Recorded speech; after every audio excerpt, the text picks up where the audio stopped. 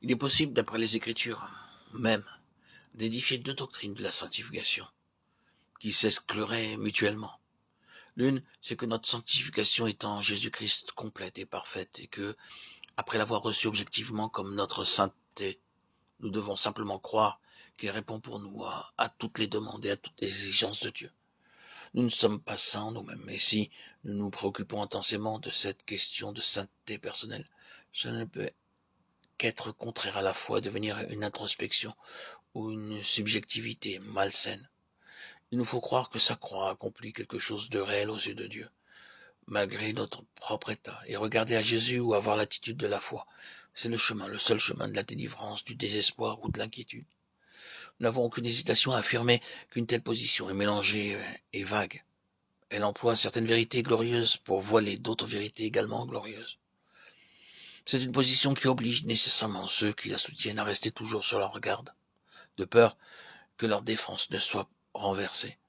Ils doivent veiller continuellement à ce que leur position demeure intacte, et ne montrent pas ce qui arrivera si quelqu'un tombe dans le péché ou dans la honte qui en résulte, ou si l'on se trouve en présence d'une position plus désirable dans son enseignement ou dans ceux qui la professent.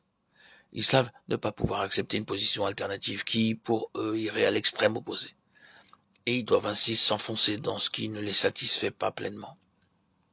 L'autre doctrine est celle qui, par des formes variées de mots et de phraséologie, et quelques nuances de détails, prétend que la sanctification est le déracinement, l'éradication, la purification, la destruction de tout péché, de sorte qu'une personne sanctifiée ne pêche pas et ne peut pas pécher. La nature du péché a été entièrement mise de côté pour ceux qui soutiennent cette conception de la sanctification. Dans le sens que nous venons de mentionner, il s'agit d'un acte, d'une expérience concluante faite à un moment donné, de même que la nouvelle naissance qu'il faut saisir de même par la foi. Il nous faut dire ici encore qu'il y a en cela un mélange et qu'une telle position a amené beaucoup de croyants dans la confusion et le désespoir. Nous disons que ces deux positions ont employé des passages des Écritures pour s'y appuyer. Et lorsque nous prenons les Écritures en pensant à ces deux positions, il semble qu'elles peuvent toutes les deux y trouver un tel appui. Les passages de l'épître de Jean semblent présenter une contradiction. Si nous disons que nous n'avons point de péché, nous nous séduisons nous-mêmes, et la vérité n'est point en nous. Celui qui commet le péché est du diable. Quiconque pêche ne l'a pas vu et ne l'a pas connu. Quiconque demeure en lui ne pêche pas. Quiconque est né de Dieu ne commet point de péché. Il ne peut pécher. Il faut voir ces paroles comme étant toutes adressées à des chrétiens. Cela semble être prouvé par le verset 7 du premier chapitre de l'épître de Jean. Si nous marchons dans la lumière, le sang de Jésus, son Fils, nous purifie de tout péché. Ici, nous avons le temps présent actif. Voici donc quelle est la position. Un enfant de Dieu doit marcher dans la lumière, confesser ses péchés, reconnaître son état de péché, et lorsqu'il le fait, le sang continue à le purifier. En même temps, celui qui commet le péché est du diable, et quiconque pêche ne l'a pas vu et ne l'a pas connu. Et cependant encore, en même temps, quiconque est né de Dieu ne commet point de péché, il ne peut pécher.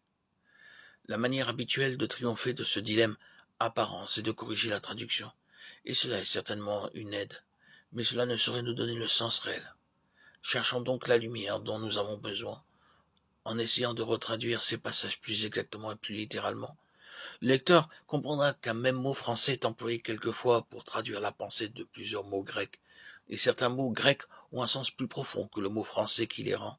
Un Jean de 29, quiconque pratique la justice est né de lui.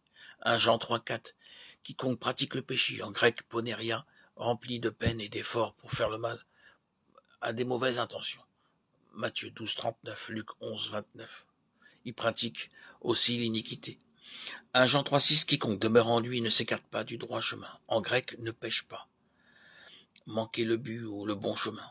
Ou bien quiconque demeure en lui ne manquera pas le but. 1 Jean 3,7, celui qui pratique la justice est juste. 1 Jean 3,9, quiconque est né de Dieu ne pratique pas le péché, ne manque pas le but. Parce que la semence de Dieu demeure en lui, et il ne peut pécher. L'aide qui nous est donnée par la connaissance des termes qui sont réellement employés se trouve principalement dans le mot pratique, qui représente à la fois une marche habituelle et une action présente, toujours présente. Mais tout cela ne résout pas tout le problème. C'est pourquoi nous comprenons que la clé de ce dilemme est la différence qui existe entre l'âme et l'esprit. Ce qui est commencé dans la régénération se continue dans la sanctification. L'expiation se transforme en une puissance de sanctification. De cette manière, il y a dans l'esprit né de nouveau une recherche de sainteté, aussi bien qu'un désir nouveau du Seigneur. Lorsque l'esprit est renouvelé et vivifié, quelque chose se produit. L'esprit lui-même est ce qui, dans l'homme, est l'image ou la ressemblance de Dieu. L'esprit, il avait été mort, c'est-à-dire il avait été séparé de sa vie en Dieu, et avait cessé de fonctionner d'une manière divine. Le Saint-Esprit, en vertu de l'expiation, l'a premièrement renouvelé et vivifié. Il lui a donné aussi la vie divine, la vie éternelle en Christ. Il l'a ainsi fait un de nature et en communion avec Dieu. L'Esprit ainsi transformé cette semence, ou à cette semence de Dieu, de laquelle l'apôtre dit qu'elle est incapable de pratiquer le péché, ne peut pécher. Ce nouvel homme intérieur ne peut pas commettre ni pratiquer le péché. Le problème pour beaucoup d'enfants de Dieu, c'est qu'il y a dans l'homme deux natures et deux sources de vie. L'une donne de l'eau douce, l'autre de l'eau amère. Et la Bible nous dit qu'une fontaine ne peut faire cela. Le noir éthiopien peut-il changer sa peau ou le léopard ses taches? Jérémie 13. Il doit donc y avoir deux fontaines. L'âme, qui est la fontaine de la vie naturelle, est empoisonnée et impure. Elle est toujours disposée au mal, comme la chair qui est en elle. L'âme est ce qui, en nous, doit être continuellement soumis, gagné et définitivement sauvé. Pour nous, nous ne sommes pas de ceux qui se retirent pour leur perte, mais de ceux qui gardent la foi pour sauver leur âme. Hébreux 10:39. L'esprit est enclin au bien, il se dirige naturellement en haut. La vie qui est en lui le fait graviter vers sa source, Dieu. Il juge et condamne tous les mouvements de la chair. Il s'efforce, animé par le Saint-Esprit qui demeure en lui, de diriger l'homme tout entier vers Dieu. Sa nature est divine, bien qu'il ne devienne pas la personne divine. C'est lui qui est une nouvelle création, 2 Corinthiens 5:17, et qui se renouvelle à l'image de celui qui l'a créé, Colossiens 3:10. Tout cela est une réalité plus profonde que la vie et les mouvements de l'âme, et s'oppose continuellement à ce qui est en nous-mêmes, et qui nous est naturel. Il y a des degrés dans notre expérience spirituelle, plus ou moins prononcés, dans des cas différents, et pour certaines raisons. La première phase peut être une joie grande et débordante avec un sens merveilleux d'émancipation. Dans cette phase, l'on parle souvent de choses extravagantes à l'égard de la délivrance totale et de la victoire finale. L'entrée du Saint-Esprit en nous donne souvent un gage de la bénédiction suprême. Il est ce gage, et sa venue dans l'esprit humain est célébrée avec gloire.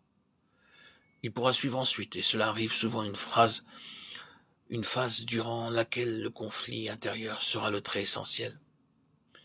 Il pourra s'y manifester beaucoup des expériences de Romains 7. Cela nous conduira sous la main du Seigneur à plusieurs autres choses. Premièrement, à la connaissance plus complète de la signification de notre identification avec Christ, comme dans Romains 6. Heureux est l'homme qui aura été enseigné en cela dès le commencement,